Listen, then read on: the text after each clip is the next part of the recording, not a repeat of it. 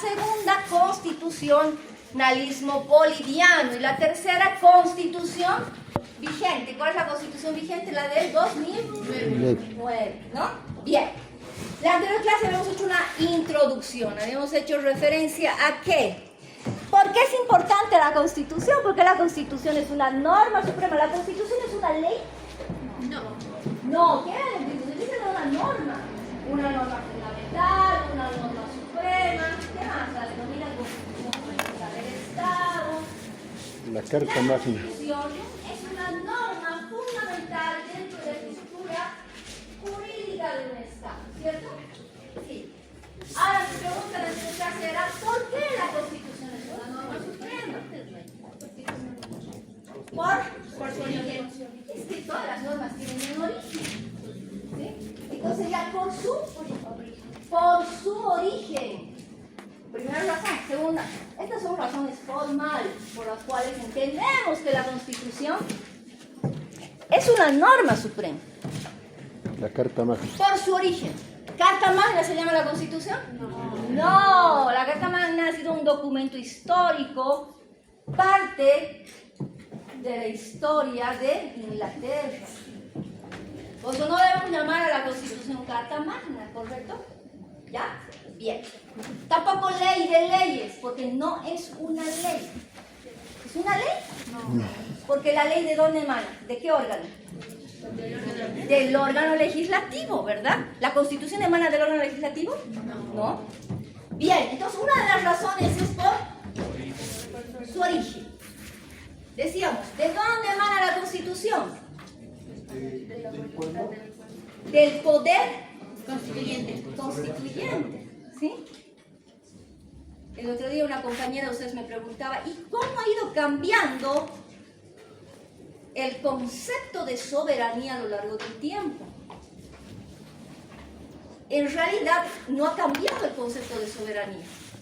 Lo que ha cambiado es quién es el titular de esa soberanía. Eso es lo que ha cambiado a lo largo del tiempo. Y vamos a ver con ustedes cuando avancemos la evolución histórica de las constituciones. Y vamos a arrancar con la famosísima Carta Magna, ¿no? Bien, primera razón, porque esta Constitución es una norma fundamental, es la norma suprema, es la norma más importante del sistema jurídico en un Estado, por su origen. ¿De dónde viene la Constitución? De un poder constituyente. Ya vamos a ver con ustedes qué es el poder constituyente. Poder constituyente, el pueblo, ¿no? El pueblo levantado en armas, dice, ¿no? Que a través de una revolución logra establecer un nuevo ordenamiento jurídico, político, económico, social dentro del Estado. Por lo tanto, genera un quiebre en el sistema jurídico de un Estado. Es que la activación de un poder constituyente no es que un día dicen, nos vamos a reunir y vamos a cambiar de constitución, ¿no? Es un proceso constituyente que en muchos casos se lleva encima vidas, ¿no? Si dicen revolución, dice algunos, siempre es con sangre, dicen, ¿no? ¿Para qué? Para irrumpir ese orden establecido, lo quiebra, por lo tanto, ese poder constituyente o funciona en base a una norma anterior, funciona en base a la norma constitucional, no, rompe con esa norma, rompe con ese orden, quiebra ese orden y crea un nuevo orden. ¿Sí? Eso es el poder constituyente. Dice que del poder constituyente viene la Constitución. En cambio, el resto de las normas jurídicas emanan de lo que se llama el poder constituido. Les decía, todo lo que crea el poder constituyente es poder constituido. ¿Sí? A ver, ¿qué ha creado el poder constituyente? ¿Ah? ¿Qué ha creado el poder constituyente? Este que ha generado la Constitución del 2000. Adelante. Las leyes, como digamos la ley 348, la ha creado el poder constituyente. ¿En serio que al poder constituyente le debemos la ley 348? No. ¿Cuál es su nombre? Liz. ¿Ah? Liz. Liz. A ver, anótela en un papelito, participaciones, ponga Liz, ¿cuál es su apellido? Alice Poma por el esfuerzo. ¿La primera clase? ¿La segunda? Está bien, está bien. Todo lo que crea el poder constituyente se llama poder constituyente. Por ejemplo, el poder constituyente ha creado la figura del defensor del pueblo. Y ha regulado la Constitución vigente. Ha establecido cuáles son sus funciones, la defensa de los derechos humanos, ¿no? La más importante. Entonces, el defensor del pueblo como institución, ¿será poder constituyente o poder constituido?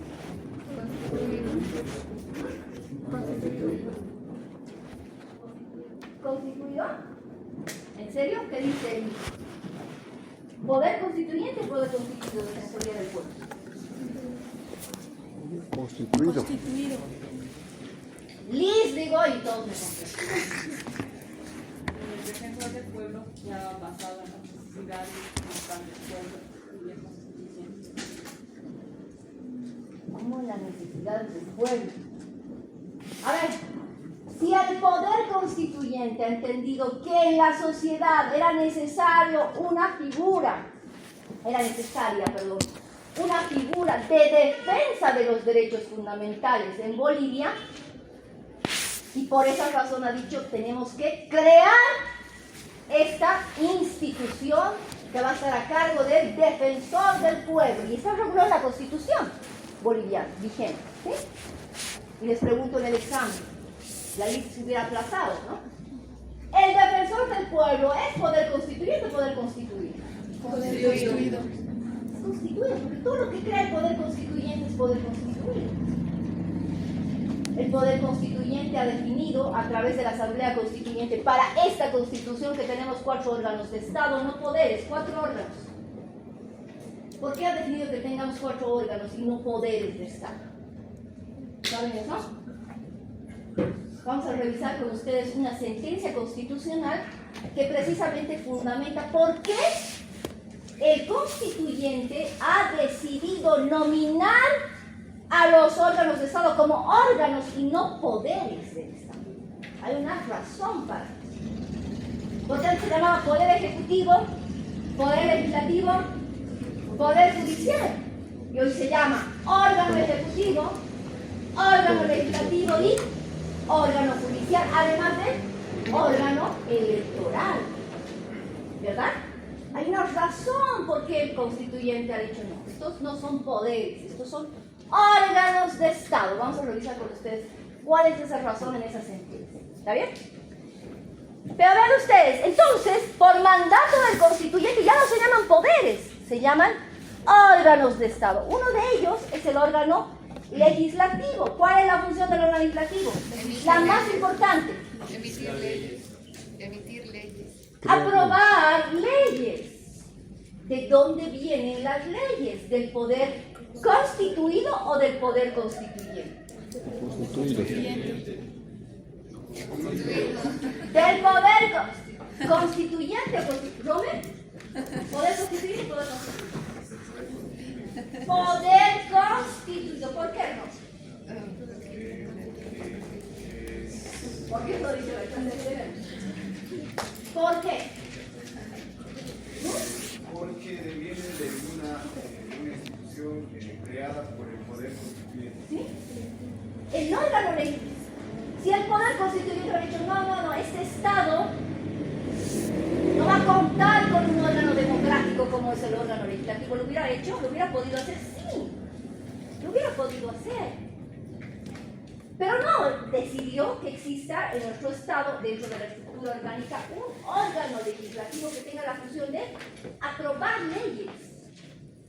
Entonces, eso ha sido mandato, por supuesto, la creación de ese órgano ha sido mandato del Poder Constituyente. El Poder Constituyente ha creado al órgano legislativo. Y las leyes emanan del órgano legislativo, por lo tanto, las leyes emanan de un poder constituido. Todo lo que crea el constituyente es poder constituido. ¿Verdad? ¿Está comprendido eso? Entonces, el origen de las normas subconstitucionales, porque eso puede pasar con leyes, pero también puede pasar con decretos, reglamentos, cartas orgánicas, estatutos autonómicos, todo el sistema jurídico subconstitucional, quiere decir infraconstitucional, que está debajo de esa jerarquía, ¿no? de ese ente jerárquico que es, o de esa norma jerarquizada que es la Constitución, todo el sistema jurídico que está por debajo de él, emanará de poder constituido. Entonces, ¿por qué se diferencia por la Constitución al resto de las normas? Por su origen. Por el origen. Una emana del soberano y otra emana de lo que ha creado el soberano. De la instancia, institución que ha creado el soberano. ¿Sí? Les preguntaba en la anterior clase. Por ejemplo, ¿la policía boliviana sería poder constituyente o poder constituido? Constituido. ¿Es creación? Del Del soberano, del constituyente, de la asamblea constituyente en su momento. ¿El Tribunal Constitucional? ¿El Tribunal Constitucional poder constituyente o poder constituido? A ver ahí la compañera de azul. El Tribunal Constitucional, reitérame su nombre. Mayerli, ahora sí me voy a parecer. Mayerli, ¿el Tribunal Constitucional poder constituyente o poder constituido? Ahí está Mayerli. ¿Qué será? ¿Poder constituyente? ¿Está preguntándome? No. En los exámenes de grado les digo, ¿me está preguntando a mí? ¿O es al revés? Qué malo estará. A ver, poder constituyente, pero la otra opción, ¿cuál sería? O sea, la otra opción, ¿cuál sería? Tenemos dos opciones. ¿Cuál sería Mayerli la otra opción? Poder Constituido. constituido. ¿Sí? El tribunal es poder, el Tribunal Constitucional también es poder constituido, por supuesto. Bueno, si el poder constituido no hubiera querido que exista un tribunal constitucional, no hubiera existido un tribunal constitucional que ejerza el control de constitucionalidad de nuestro país. De hecho, eso se ha incorporado ya en gestiones pasadas. Vamos a revisar algunos antecedentes de constituciones pasadas en las cuales se ha insertado por primera vez la figura del Tribunal Constitucional a través de una reforma. A ver, entonces, queridos compañeros, la Constitución tiene ese lugar por su origen, también por sus mecanismos de reforma diferenciados, decíamos. A ver, alguien que nos explique qué significa eso. De los que estaban por las anteriores clases. O todos son nuevos, ¿verdad? Todos van a hacerse a los nuevos. Pero bien que los recuerden. A ver, ahí está. Porque las reformas las especificaban en el artículo 411, que eran mediante asamblea constituyente o mediante firma del 20% del electorado, por asamblea legislativa provisional, mediante ley de reforma constitucional por 2/3. Ya.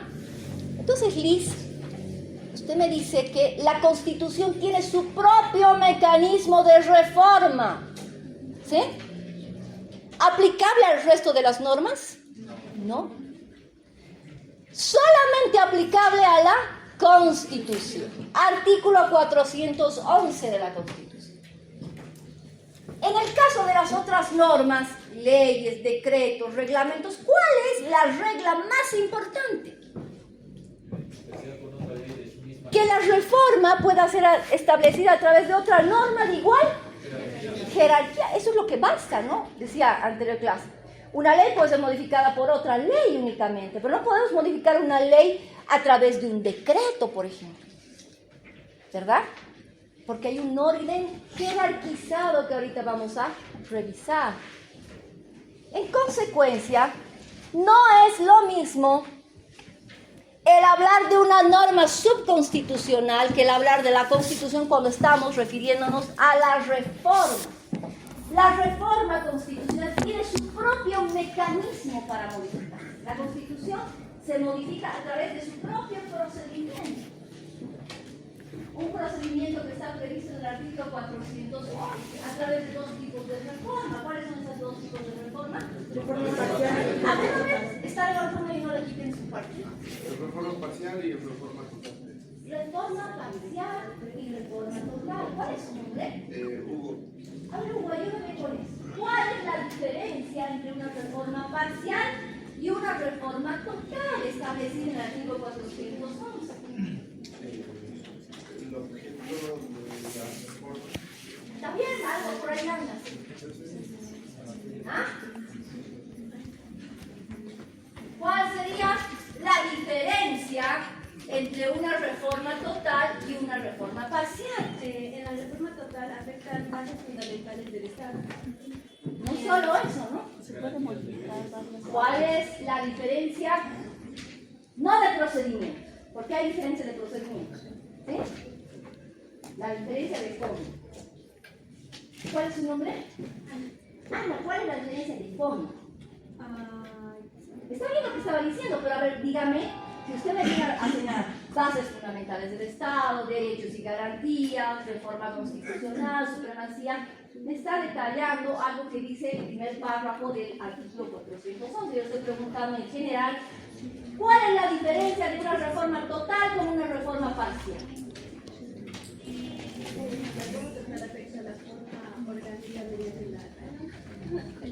No se preocupe, a ver, ahí. Depende de la materia objeto a reformar.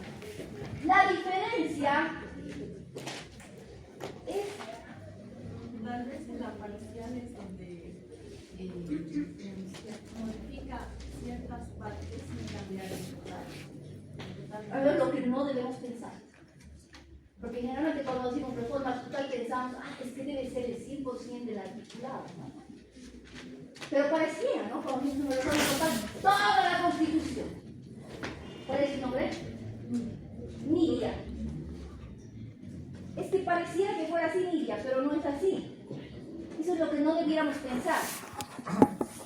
La diferencia está en el mismo texto que describe el artículo 411. Dice, la diferencia es la materia objeto de reforma. ¿Qué es lo que voy a reformar? Si yo reformo Lices, ¿no? ¿Cuál es su nombre? Ya. Ana, si yo reformo las bases fundamentales del Estado, reformo derechos y garantías, deberes, y reformo, ¿qué más?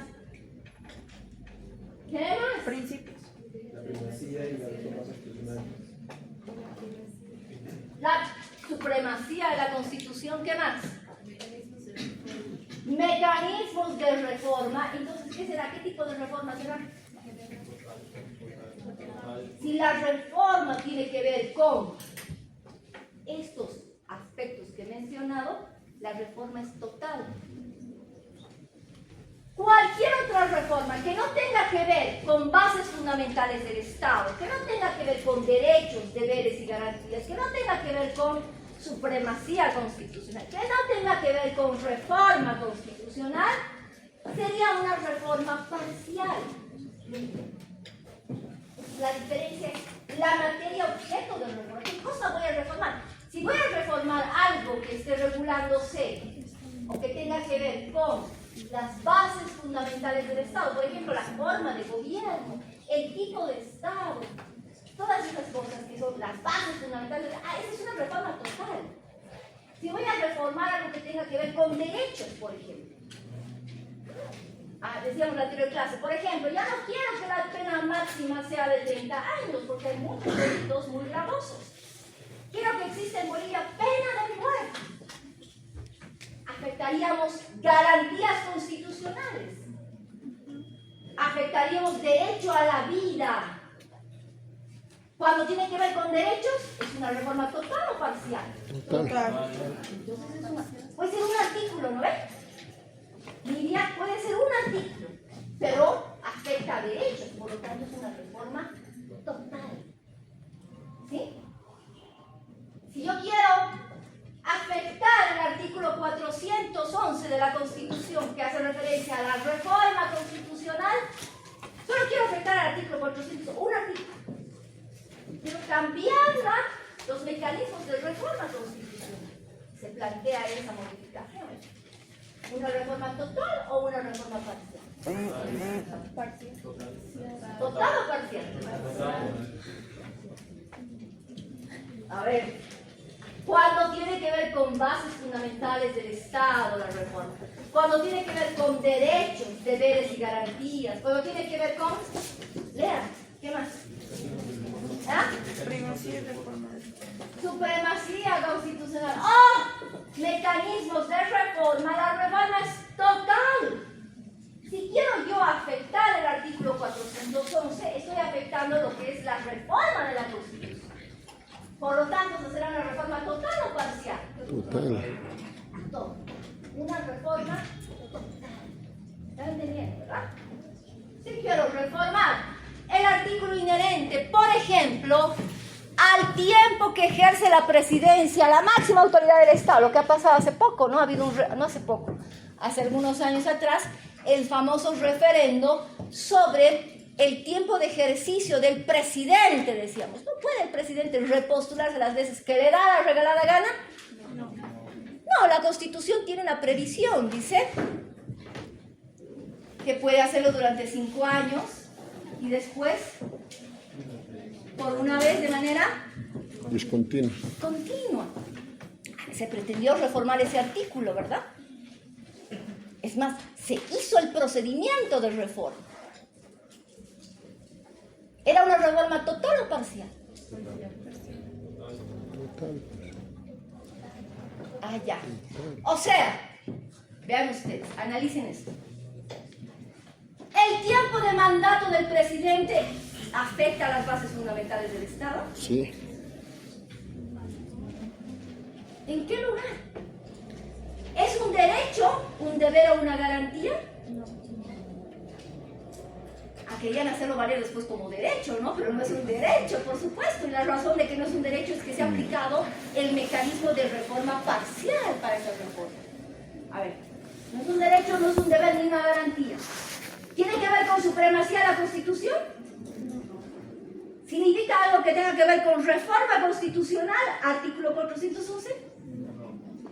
Entonces, ¿qué es pues? ¿Es una reforma total o parcial? Parcial. Y el mecanismo que se ha aplicado en aquel entonces para modificar ese artículo fue precisamente el del 411 en su segundo parágrafo, reforma parcial. Así se ha aplicado la reforma parcial y evidentemente todos hemos ido a votar para aprobar o no esa reforma, porque en ambos casos, dice, tanto en reforma total como parcial, tiene que irse a votar para aprobar o no esa reforma. Pues vean ustedes, cuando ha habido la intención de reformar ese artículo inherente al mandato presidencial o de autoridades ejecutivas, se ha aplicado una reforma parcial. Usted diferencia lo que son las bases fundamentales del Estado con la estructura orgánica del Estado. Es diferente la estructura orgánica del Estado. Alguien le levanta la mano. Adelante. Bases fundamentales no sería pensar también la democracia. ¿Qué tiene que ver ese artículo con la democracia? La reelección definida, por ejemplo, lo que estábamos viendo para modificar Pero no afecta al ejercicio democrático del ciudadano. ¿En qué sentido afectaría al ejercicio democrático del ciudadano común? Estamos diciendo que ese artículo es inherente a una autoridad. A ver, y esta interpretación es importante entender. ¿Por qué? Porque a través de una opinión consultiva,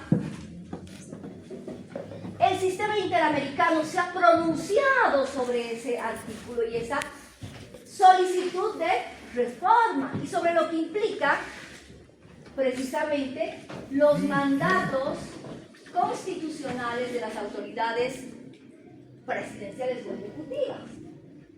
Y en esa opinión consultiva se estableció que en el caso, por ejemplo, de quien ejerce el poder, el derecho democrático no es de quien ejerce el poder, sino del ciudadano. Soberano. Cuando decimos nosotros, cuando la parte que pretendió hacer la reforma de ese articulado señalaba, yo tengo derecho a repostularme las veces que me da la gana.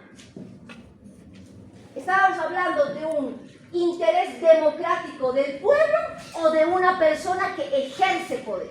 De una persona que ejerce De poder. la persona que ejerce poder. La opinión consultiva estableció claramente que el derecho no tiene que ver con quien ejerce poder. El derecho político es del ciudadano común, del pueblo. Los derechos no garantizan las facultades de quienes ejercen poder, porque esos tienen poder precisamente, para eso se han creado los derechos fundamentales, para la protección de quienes estamos en condición de pueblo. Para ellos el ejercicio de... Y para eso se han creado los derechos fundamentales. Vamos a ver con ustedes también un poco el origen de los derechos humanos o los derechos fundamentales. ¿A quiénes benefician? ¿A las autoridades o al pueblo? Al pueblo. Porque precisamente han sido creadas para limitar el poder de la autoridad. ¿Está bien? Entonces, en ese caso, no estamos hablando del ejercicio democrático en relación a la autoridad que ejerce poder.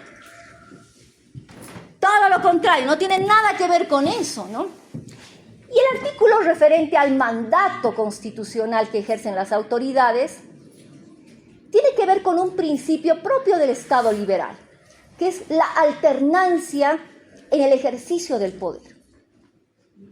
¿Por qué es importante la alternancia en el ejercicio del poder? Porque hemos cambiado de un sistema democrático, de un Estado monárquico, autoritario, a un sistema democrático. Bueno, cuando antes el monarca o el rey ejercía todos los poderes, era un sistema autoritario, vulnerador de derechos. El rey tenía el poder absoluto. En el marco de un Estado constitucional democrático, esto no funciona así. Entonces, vean ustedes, compañeros, qué tan importante es entender ese tránsito en la historia constitucional del mundo. Cuando decidimos optar por un Estado constitucional democrático, estamos diciendo, el poder absoluto no es de una persona. Ahí tiene que ver con el tema de la soberanía. ¿Dónde reside la soberanía? ¿En el soberano? ¿En el rey? Pues no. ¿En quién reside? El pueblo. Ahora, de acuerdo a la Constitución, en el pueblo. El titular de la soberanía. En consecuencia, la alternancia en el ejercicio del poder es un principio del Estado liberal. El Estado liberal rompe con ese Estado monárquico y dice un ratito. El ejercicio del poder no puedes darle a una sola persona, por eso crean la famosa, se aplica la famosa división de poderes. ¿No? El poder no puede estar concentrado en una sola persona, pero esa sola persona cuando tiene poder comete arbitrariedades y abusos. Entonces, uno de los rasgos ideológicos del Estado liberal es precisamente la alternancia en el ejercicio del poder. Es decir, no existen gobiernos de tiempos indefinidos. ¿Y por qué es importante eso? ¿Por qué creen que es importante? Para evitar el autoritarismo. Para evitar el autoritarismo. Pero ¿qué más es importante cuando decimos no existen gobiernos indefinidos o de por vida o de generaciones? Yo he sido autoridad, ahora mi hijo va a ser. Y mi nieto, se dan cuenta, de generaciones en generaciones, como ocurría antes con las monarquías. ¿Por qué es importante hoy en día en un Estado constitucional esta alternancia? Vean ustedes que este es un rasgo ideológico del liberalismo, está insertado en nuestra Constitución, por si acaso. Pues algunos confunden y dicen, es que este Estado es un Estado socialista, es un Estado social. Y el Estado social tiene principios propios del Estado liberal. Vamos a ver con ustedes cuáles son. Uno de ellos es la alternancia en el ejercicio del poder. Por eso es que en nuestra Constitución se establece el mandato del presidente va a ser por 5 años. Se pone un límite, ¿no? ¿Cuál es el fundamento para esta alternancia. Vean ustedes que el fundamento tiene que ver con el control. Cuando uno ejerce el poder de por vida, ¿quién lo controla? Nadie. Es muy difícil que uno se autocontrole. Ustedes pueden autocontrolar. Si tuvieran el poder absoluto, ¿se autocontrolarían? Es complicado, ¿no? La alternancia en el poder permite el control hacia la gestión anterior. Porque a partir del Estado constitucional y democrático, de derecho, dicen, las autoridades públicas tienen que rendir cuentas, ¿verdad?, de sus actos en el ejercicio público. ¿Cómo podemos hacer que se rindan cuentas? El cambio permite eso, ¿no? Porque no puede haber una autoridad que se autocontrole. Si no, yo he cometido una ilegalidad, ¿no? Merezco la cárcel. ¿Será que alguien dice eso? Por favor, déjenme un juicio de responsabilidad, porque es eso lo que merece. Mentira, eso no va a pasar nunca. ¿Cómo se gestiona ese control? La nueva autoridad puede hacer eso. Además que existen otros mecanismos que la propia Constitución ha creado. El Estado constitucional cuenta con esos mecanismos precisamente para el control de la administración pública y de quienes ejercen poder político. Por eso, ¿cuál es su nombre? Recuérdenme. Enrique. Ese artículo no correspondería a las bases fundamentales del Estado. Y en su momento se ha planteado la reforma de ese artículo. Ahorita no me acuerdo cuál es el artículo. Ustedes tienen en la Constitución el referente al presidente y su ejercicio de mandato. Pero vean ustedes que en ese momento se ha aplicado el procedimiento de reforma parcial. Y una vez que se aplicó este procedimiento, nosotros después de eso hemos ido a votar, ¿no? Usted quiere que se reforme el artículo tanto de la Constitución inherente al mandato de presidencia y de las autoridades ejecutivas, pero no solamente el presidente, ¿no? Eran de los gobernadores, de los alcaldes, etcétera, etcétera. No solamente soy yo, ¿no? También para los gobernadores, para los alcaldes. ¿Y qué ha dicho la gente cuando ha ido a depositar su voto? No, señor, no queremos modificar el artículo X, ¿no? Entonces, ¿se ha podido reformar la Constitución? No se ha podido reformar la Constitución, porque tanto en una reforma total como en una reforma parcial, tiene que ser aprobada esa reforma por referendo aprobatorio, tanto en reforma total como en reforma parcial. Y en aquel momento digo, no queremos modificar, ese artículo sigue vigente hoy en día, ¿cierto? ¿Qué pasó? Paso siguiente, al Tribunal Constitucional que emite una sentencia interpretativa de la Constitución. Imagínense esa aberración. El Tribunal Constitucional no interpreta de ninguna manera, así la interpretación de la Constitución, por supuesto que es el intérprete de la Constitución. Pero en ningún momento el Tribunal Constitucional está facultado para establecer la constitucionalidad o no de la Constitución. Si entendiéramos que esto es así, creyéramos que en la Constitución hay normas inconstitucionales. ¿Y saben en qué se han basado? Esa sentencia, que es apócrifa, se ha basado en un libro de un autor alemán que precisamente dice eso, ¿no? Otto Bach se llama el autor. Es un alemán que tiene un librito chiquitito que dice normas constitucionales inconstitucionales. ¿Habrán normas constitucionales inconstitucionales? Entonces, vean ustedes que era tan aberrante que se le otorga una facultad al Tribunal Constitucional de declarar constitucional o inconstitucional una norma de la Constitución. Y esa no es su facultad. El Tribunal Constitucional puede declarar la constitucionalidad o no de una norma subconstitucional. No de una norma constitucional, por Dios, imagínense, si no, le estaríamos dando la atribución al Tribunal Constitucional de poder cambiar nuestra Constitución a través de una sentencia. ¿Se dan cuenta? Entonces, esa sentencia también es una locura, ¿no? Una aberración. Vamos a leerla con ustedes a ver si nos da tiempo. La han leído, pero ya, ¿no? ¿No la han leído? Ahora, en consecuencia, queridos amigos, primer elemento que diferencia la Constitución del resto de las normas, su origen. El segundo elemento, mecanismos diferenciados de reforma, ¿cierto? Y el tercero, el régimen jurídico especial que regula.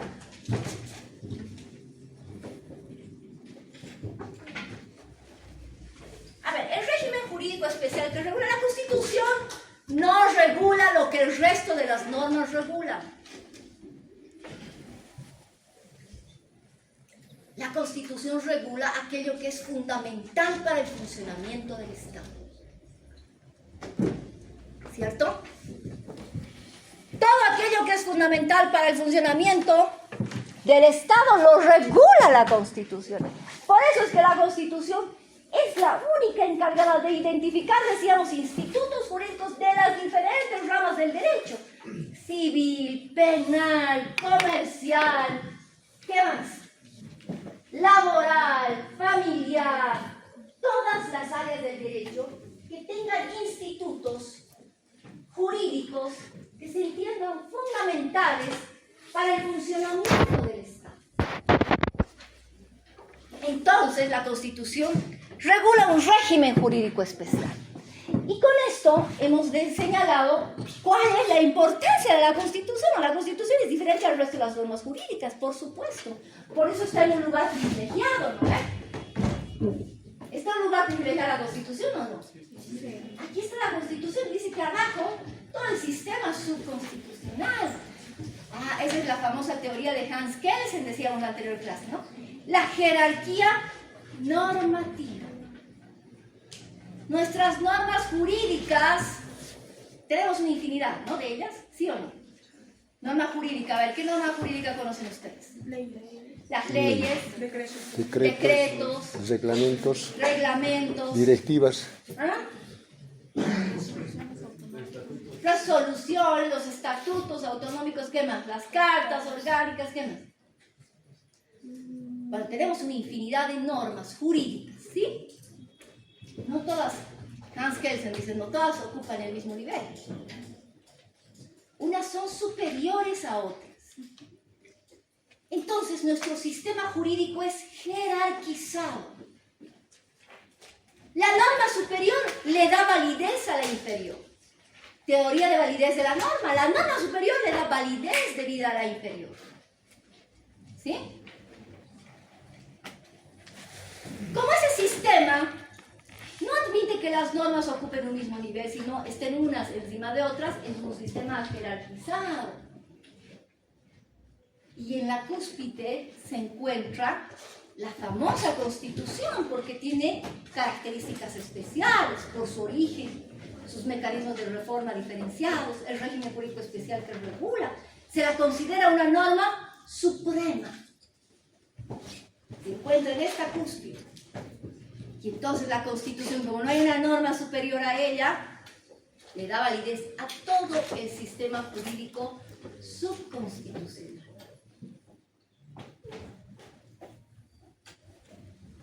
Por lo tanto, disciplina el desarrollo constitucional. Todas las normas subconstitucionales se sujetan a los parámetros que establece la Constitución. Si la Constitución establece, decíamos en la anterior clase, la máxima pena privativa de libertad es de 30 años, parece que es materia penal, ¿no ven? Pero está en la Constitución como una garantía constitucional, porque le pone un límite al juez, es decir, usted no puede emitir una sentencia que sea mayor a los 30 años. En consecuencia, queridos amigos, si esto es así, la Constitución lo que hace es disciplinar el ordenamiento jurídico subconstitucional, lo orienta, lo disciplina. Si dice, la pena máxima privativa de libertad es de 30 años sin derecho a indulto, el Código Penal tiene que sujetarse a ese parámetro y no puede imponer una sanción privativa de libertad mayor a los 30 años. ¿Verdad? ¿O podría ser? No. ¿Verdad? No puede hacerlo. ¿O puede? ¿El legislador podría hacer una aberración de esa naturaleza? Tal vez podría ser, en este país puede pasar todo.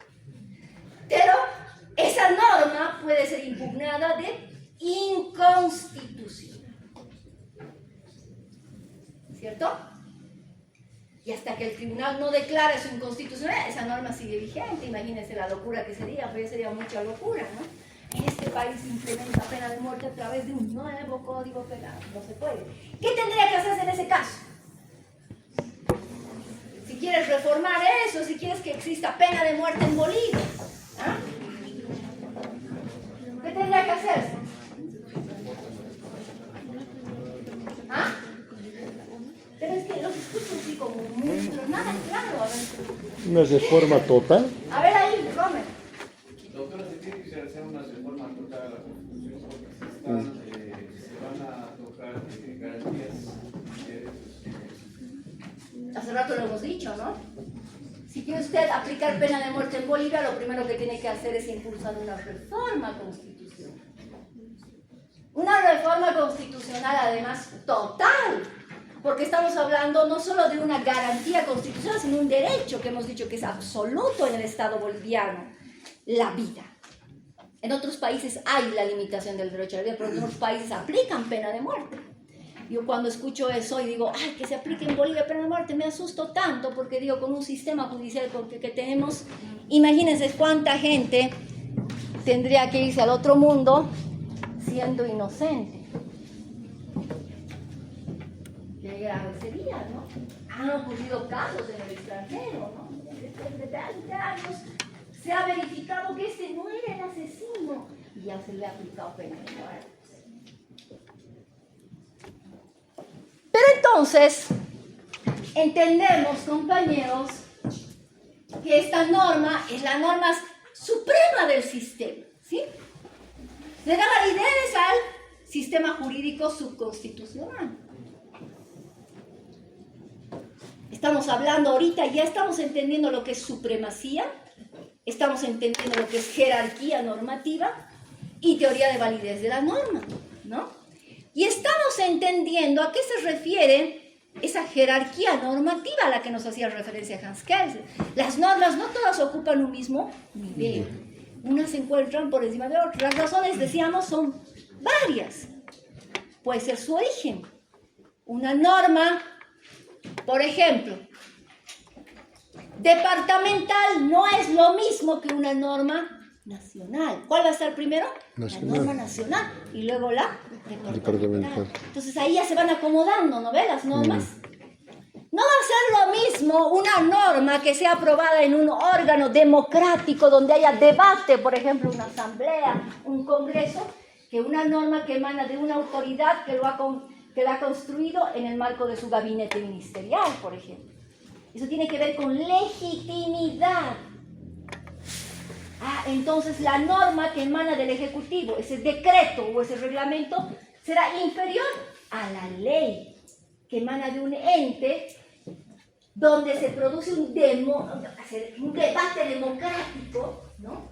Y ese debate democrático genera finalmente un consenso donde se aprueba una norma.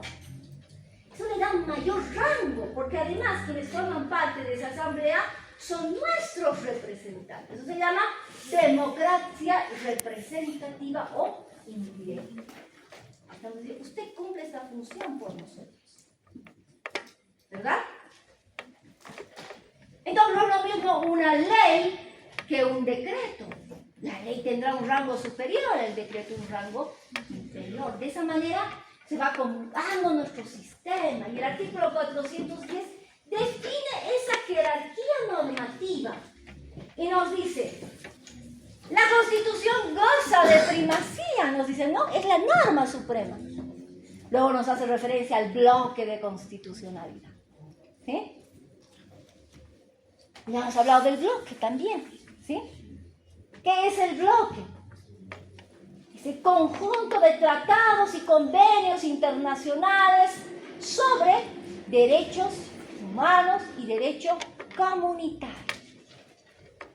Entonces, Constitución, luego viene, ¿qué más? Ley. Ah, ahí está la jerarquía. A ver, leen el artículo 410. Ahí dice Constitución. ¿Qué más? A ver, ¿qué sigue después? La ley. Tratados. Luego, Leyes nacionales, leyes. estatutos autonómicos, las cartas orgánicas, el resto de la legislación departamental, municipal e indígena. Y como cuarto, decretos, reglamentos y demás resoluciones emanadas de los órganos ejecutivos correspondientes. Esa es nuestra jerarquía normativa. Esa es nuestra jerarquía normativa. Constitución y el resto del sistema jurídico, que está ahí detallado, ¿no? Les decía en la anterior clase. Los tratados internacionales son jerárquicamente superiores a la Constitución, ¿sí o no? Y ustedes me responderán. No. Los tratados, si mi pregunta está fuera en el examen, escúchenme. Si mi pregunta en el examen fuera, los tratados que estamos reiterando, parecemos ya loritos, ¿no? No podemos repetir lo mismo. A ver, los tratados internacionales, o una norma de un tratado internacional, les pregunto en el examen, ¿es jerárquicamente superior a la Constitución? ¿Sí, Sí. o no? Sí, es jerárquicamente. Pero vean pues esa Los derechos jerarquía. ¿Qué humanos, dice la pues. jerarquía? Constitución. ¿Qué dice después? ¿Tratados internacionales está o no? ¿O me estoy equivocando? ¿Significa que está inferior a la Constitución, sí o no? Entonces no puede ser pues, jerárquicamente superior. Ahora, cuando se trata de tratados internacionales en materia de derechos humanos y derecho comunitario, esos forman parte del bloque. Y en la anterior clase que hemos dicho, al ser parte del bloque, por mandato del constituyente, son parte integrante de la Constitución. Y si a ustedes les pregunto en el examen, ¿el Tratado Internacional en materia de derechos humanos XX es jerárquicamente superior a la Constitución? ¿Sí o no? ¿Qué me van a responder? No. Me va a decir, usted está planteando mal su pregunta, doctor. Porque no es ni jerárquicamente superior ni jerárquicamente inferior. Los tratados internacionales en materia de derechos fundamentales y derecho comunitario forman parte integrante del bloque de Constitución y por lo tanto son parte integrante de la Constitución. Si yo vuelvo parte integrante de la Constitución esos tratados, estoy diciendo que estoy añadiendo aquí eso. Entonces, son Constitución. El bloque es Constitución. Eso les tiene que quedar claro. Es tan exigible un tratado internacional en materia de derechos humanos ratificado por el Estado boliviano que una norma constitucional. De la misma manera, eso se llama control de convencionalidad. Ahora, quiero que esto quede claro, porque si no, no podemos arrancar, ¿no ven? Esas normas que corresponden al bloque son parte integrante de la Constitución. Al ser parte integrante, el constituyente ha dicho, es como si las vamos a añadir a la Constitución. Por lo tanto, no son superiores o inferiores, son Constitución. Son parte integrante de la norma superior. Cuando haya un problema de interpretación, eso es otra cosa. El artículo 256 nos dice, hay que hacer una interpretación entre una norma que está aquí en la Constitución y una norma en el Tratado Internacional en materia de derechos humanos ratificado por el Estado boliviano. ¿Cuál voy a aplicar? Si ambas regulan lo mismo. Pero una va a decir algo y otra va a decir otra cosa por ahí, ¿no? ¿Cuál de estas voy a aplicar? ¿La de la Constitución o la del Tratado Internacional? De la Constitución. Vamos a... Eso se llama aplicación preferente. No estamos diciendo que es superior. Estamos diciendo que hay dos normas sobre lo mismo. Y cuando tenga que hacer el juez una interpretación, ¿cuál debe aplicar? La norma más favorable, por el principio pro homine. Ese principio inherente a los derechos del ser humano. Vamos a aplicar la norma más. Si la norma más favorable es la del tratado, se aplica el tratado. De manera preferente. No significa que es jerárquicamente superior, porque ya nos ha quedado bien entre ustedes y yo que ambas ya son constitución, ¿no ven? Ambas son constitución, nos queda claro. Pero ¿cuál la aplico en el caso en particular? La voy a aplicar la que sea más favorable a los derechos. Si la norma del tratado es más favorable, aplicaré esa. Esa se llama aplicación preferente. Si la norma más favorable está en la Constitución, aplicaré la de la Constitución. La norma más favorable, ¿sí? Bien, hemos resuelto varias cosas aquí. Primero, estamos quedando todos que la Constitución es una norma, ¿sí? Pero es una norma como cualquier otra norma, es una norma suprema. La podemos llamar norma fundamental, Constitución, para hasta ahí no es una ley, ¿sí? Hemos establecido que esa jerarquía que se le da a la Constitución tiene razones de ser, ¿no? ¿Por qué? Sus razones formales: origen, mecanismos de reforma diferenciados, régimen jurídico especial que república, ¿sí? Entonces, esta norma es diferente y en ese sistema jurídico jerarquizado ocupa la cúspide. No existe una norma superior a esta, ni siquiera los tratados internacionales, ¿lo ven? Porque cuando decimos tratados internacionales, incluso esos están por debajo de la Constitución. Los aquellos que tienen la errada idea de decir, ay, es que los tratados internacionales por encima de la Constitución, nada, les invito a que vuelvan a leer el artículo 410. Incluso los tratados internacionales están jerárquicamente por debajo de la Constitución. Otro tratamiento es el desbloque, que también ya hemos visto, ¿no? Entonces eso nos tiene que quedar claro, porque eso nos permite ratificar el principio de supremacía de la Constitución. La Constitución es una norma suprema y todo el sistema jurídico debe sujetarse a la Constitución. Las personas públicas y privadas, instituciones públicas o privadas, particulares, colectivas, todas se someten a la Constitución, principio de supremacía, garantizado por el artículo 410 de la Constitución. Entonces, yo voy a terminar esta parte introductoria. Nos quedan 2 minutos. Miren, Ricardo Guastini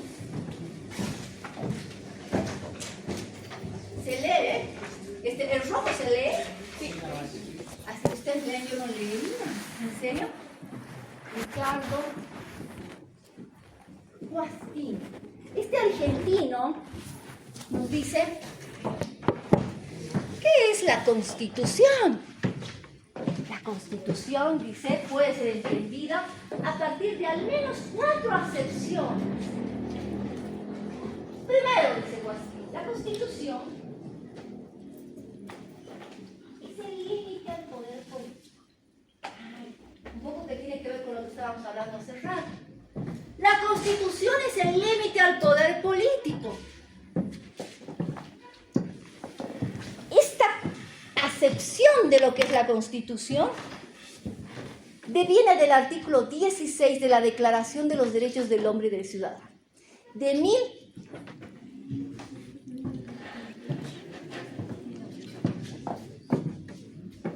Tarea para la próxima clase: averiguar de cuándo es la famosísima Declaración Universal de los Derechos del Hombre y del Ciudadano.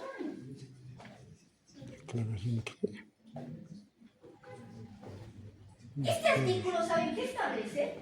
Establece que en una sociedad, o en un estado, creo que dice, en la que no hay la garantía de derechos, ni la división de poder, 2 elementos importantes del Estado liberal, eso tiene que ver con el Estado liberal, donde no existe garantía de derechos, ni división de poder, carece de Constitución. Eso es lo que dice la ley.